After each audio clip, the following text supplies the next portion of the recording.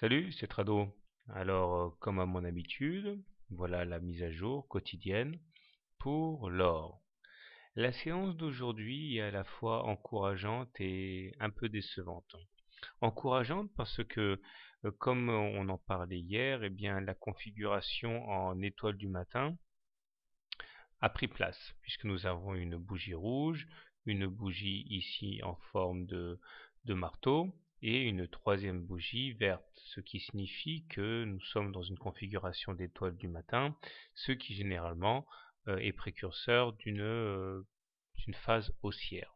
Maintenant, j'aurais aimé que la bougie du jour soit un peu plus engageante que celle-là, parce que si on zoome un petit peu, on voit que nous avons une mèche une mèche haute extrêmement longue qui montre qu'il a été impossible au haussier de tenir les positions hautes. En fait, ce n'est pas anodin puisque c'est le contact avec la moyenne mobile à cette séance qui s'est révélé fatal à la hausse du jour.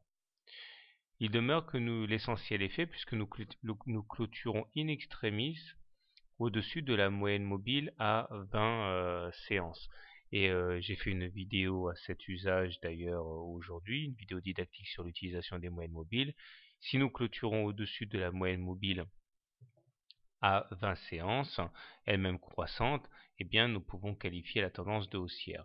Maintenant, comme vous pouvez le voir, nous sommes vraiment à la limite et il serait intéressant de voir si demain, eh bien, la clôture s'est réellement faite au-dessus de cette moyenne mobile. Mais nous sommes vraiment en train de lutter pour finir au-dessus de cette moyenne mobile à 20 séances.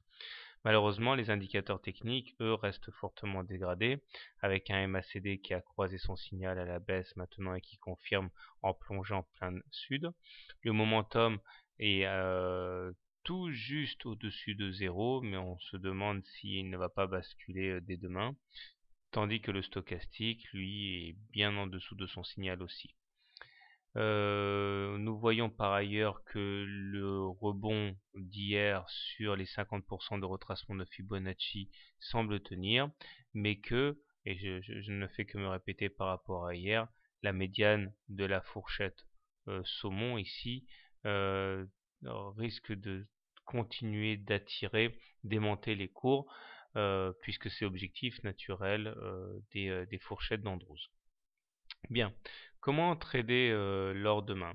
Je pense que si on veut acheter l'or, eh bien, le mieux à faire, enfin, du moins ce que je ferais, c'est d'acheter au contact de la moyenne mobile à 20 séances. Objectif, un retour sur le haut de la fourchette d'Andrews, par là.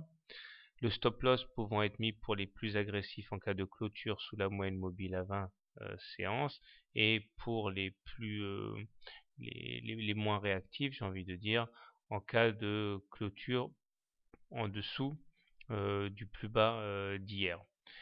Maintenant, si vous préférez shorter, c'est un petit peu le trade qui a été fait aujourd'hui par les baissiers. Si vous voulez shorter, vous pouvez tenter de shorter le contact avec la moyenne mobile à cette séance, puisque visiblement elle s'avère être difficile à passer, comme en témoigne la séance d'aujourd'hui.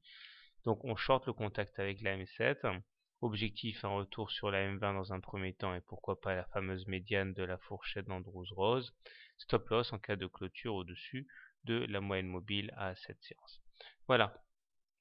Donc je vous souhaite une bonne soirée, de bons trades et à demain.